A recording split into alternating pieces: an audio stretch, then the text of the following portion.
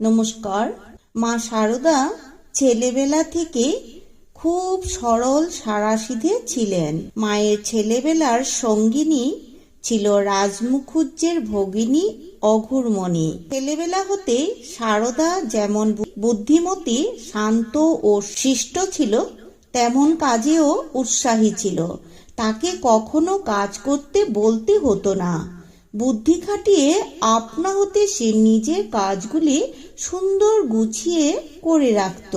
শৈশবকাল থেকে শ্রী শ্রী মার জীবনে দৈব শক্তিতে পরিবেষ্টিত ছিল। সে সম্বন্ধে পরে শ্রী শ্রী মা বলেছিলেন, দেখো বাবা, ছেলেবেলায় দেখতুম আমারই মতো মেয়ে সর্বদা আমার সঙ্গে সঙ্গে থেকে আমার সকল কাজে সহায়তা করত, আমার সঙ্গে আমোদ আহ্লাদ করত, কিন্তু